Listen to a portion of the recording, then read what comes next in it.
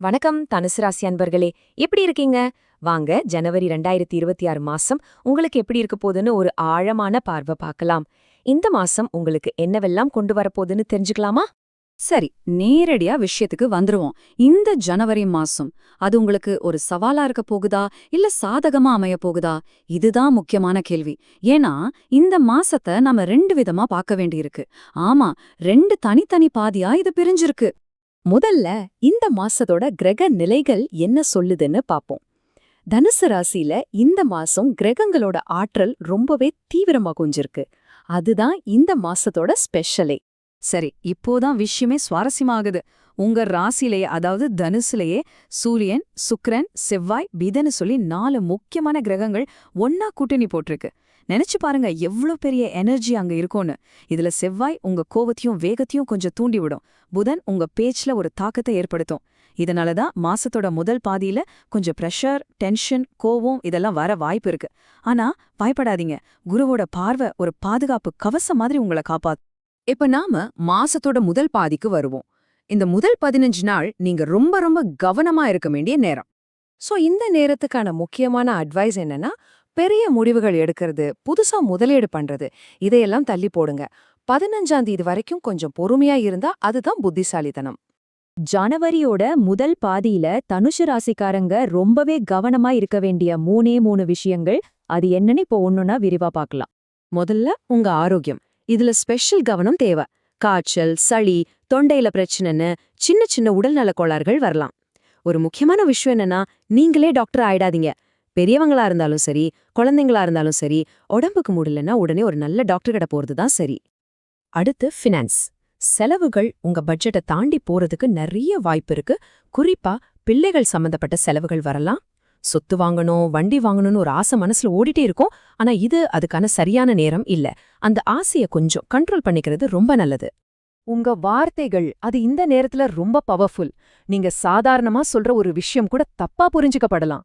அதனால வதந்தி பேசுறதையும் கேக்குறதையும் முழுசா தவிர்த்துருங்க. வீட்ல அமைதியா இருக்க முயற்சி பண்றது ரொம்ப ரொம்ப முக்கியம். சரி, முதல் பாதியோட சவால்களை பத்தி பேசிட்டோம். இப்போ ஒரு நல்ல செய்திக்கு வருவோம். மாசத்தோட 2வது பாதியில கிரக ஆற்றல்ல ஒரு பெரிய பாசிட்டிவான மாற்றம் நடக்க போகுது. இந்த நம்பர் தான் இந்த மாசத்தோட டர்னிங் பாயிண்ட். ஆமா, ஜனவரி 15ஆம் தேதிக்கு அப்புறம் நிலைமை எல்லாமே உங்களுக்கு சாதகமா மாற ஆரம்பிக்கும். நீங்க பட்ட கஷ்டத்துக்கு பலன் கிடைக்க போகுது. இந்த ஒப்பீட்டை பாருங்க. மாசத்தோட 2 பாதியும் எவ்ளோ வித்தியாசமா இருக்குன்னு உங்களுக்கே புரியும். பாதியில இருந்த கோவம், செலவு, தடை இதெல்லாம் போய் 2வது பாதியில அதிர்ஷ்டம், பணவரவு, வெற்றின்னு எல்லாம் உங்களை தேடி வரப்போகுது.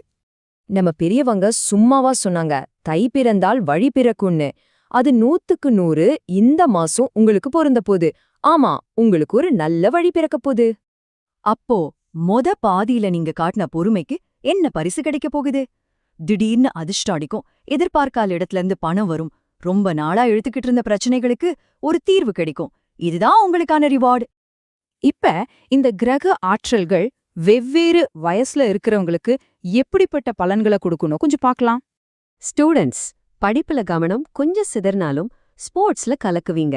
20லேருந்து 40 வயசுக்குள்ள இருக்கிறவங்களுக்கு வண்டி, வீடு சம்பந்தமா செலவுகள் வரும். அம்மாவோட உடல் நலத்திலையும் கவனம் வைங்க. 40லேருந்து 60 வயசுல இருக்கிறவங்க சொத்து வாங்க நினைப்பீங்க. ஆனா சில பணக்குழப்பங்கள் வரலாம். அதனால கொஞ்சம் எச்சரிக்கையா இருங்க. கடைசியா இந்த மாசத்தை இன்னும் வெற்றிகரமா மாத்திக்கிறதுக்கு சில ஆன்மீக ஆலோசனைகளை பார்க்கலாம். இந்த ஜனவரி மாசத்துல உங்களுக்கு உறுதுணையா இருக்க நீங்க வழிபட வேண்டிய 2 முக்கியமான தெய்வங்கள் இவங்க தான். ஆஞ்சநேயர் வழிபாடு உங்க சக்தியை அதிகப்படுத்தும். விநாயகர் வழிபாடு உங்க வழியில இருக்கிற தடைகளை நீக்கும். இது ரொம்பவும் சக்தி வாய்ந்த ஒரு மந்திரம். ஒரு நிமிஷம் இந்த மந்திரத்துல உங்க கவனத்தை வைங்க. இந்த சிம்பிளான பயிற்சியை தினமும் செஞ்சு பாருங்க. வெற்றியை ஈர்க்கவோ கவலைகளை போக்கவோ இது ரொம்ப உதவும். தினமும் காலையில இதை சொன்னா அந்த நாள் முழுக்க உங்களுக்கு ஒரு பாசிட்டிவ் எனர்ஜி கிடைக்கும். கடைசியா ஒரு சுவாரஸ்யமான அதே சமயம் ஆழமான ஒரு கேள்வியோட இந்த அலசல முடிச்சுக்கலாம்.